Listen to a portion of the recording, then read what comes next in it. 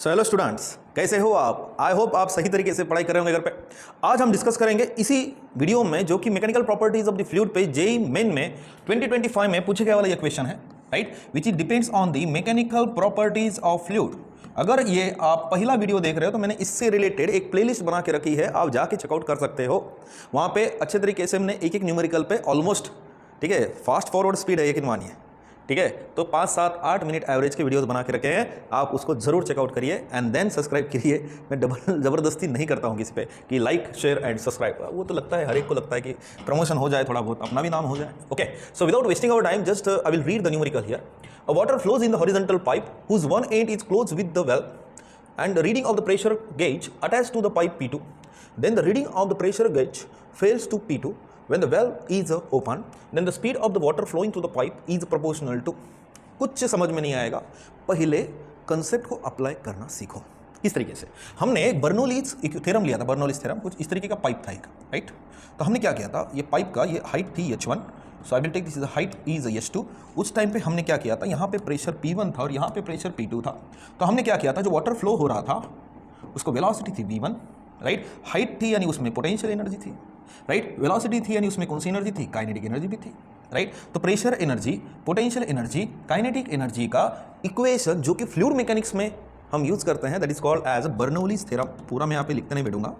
Bernoulli's theorem में इस section पे प्रेशर, इस सेक्शन पे काइनेटिक एनर्जी, इस सेक्शन की जो लोअर सेक्शन की कौन सी energy, potential energy, must be equal to the second section का प्रेशर, सेकंड सेक्शन की kinetic energy plus second section की potential energy, right? So we are discussing on the first one section and this is a second one section, okay? So what is the general formula? That is a half density हमने लिया था in terms of the mass को हमने replace कर दिया था, that is a rho v1 square plus rho gh plus p1 is equal to p2। Density change नहीं होगी, that is a half rho v1 square plus rho gh, ये h1 था और ये कितना था, h2।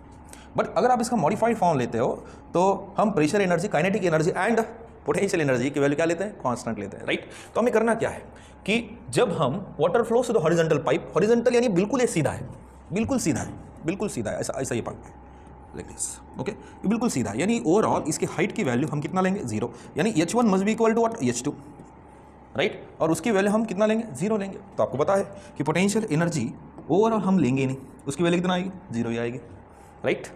अंडरस्टैंडिंग सिंपल है। अब वो क्या बोल रहा है, the pressure फिर से रीड करता हूँ, the water flows to the horizontal pipe whose one end is closed with the valve, the reading of the pressure gauge attached to the pipe is P1, then the reading of the pressure gauge falls to the P2 when the valve is open। यानी जब मैं open करूंगा तो pressure P2 वहाँ पे बनेगा, then the speed of the water flowing through the pipe is proportional to, यानी speed, right. चलो मान लेते हैं स्टार्टिंग में यहाँ पे वाटर फिलहाल के लिए रेस्ट में है, तो एक सिनारियो V1 की वैल्यू में कितना लेता हूँ, 0, चलेगा। तो क्या आएगा, दैट इज अ P1, इस इक्वेशन में V1 की वैल्यू में 0 लेता हूँ, so P1 is equal to P2 plus half rho, यहाँ पे V2 होना चाहिए, sorry for it, okay, so rho V2 square, right. So जो डिफरेंस बनेगा pressure, that is a gauge pressure P1 minus P2 is equal to half rho V2 square.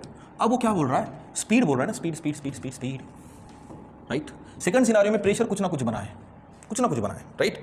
तो क्या लेंगे, it's a very simple. अब यहाँ पे तो आपको पता है हर चीज़ तो मेरे आंखों के सामने दिख रहा है, ठीक है। सो ये कांस्टेंट है, ये 2 इधर जाके मल्टीप्लिकेशन में जाएगा, no problem. But proportional to बोल रहा है ना, प्रोपोर्शनल टू कांस्टेंट की क्या जरूरत है, कांस्टेंट को रिमूव ही कर देता हूँ। सो हाँ, जो स्पीड होगी जो V2 यानी स्पीड है, ठीक है। आप square root on both side, P1 minus what, P2, that's it.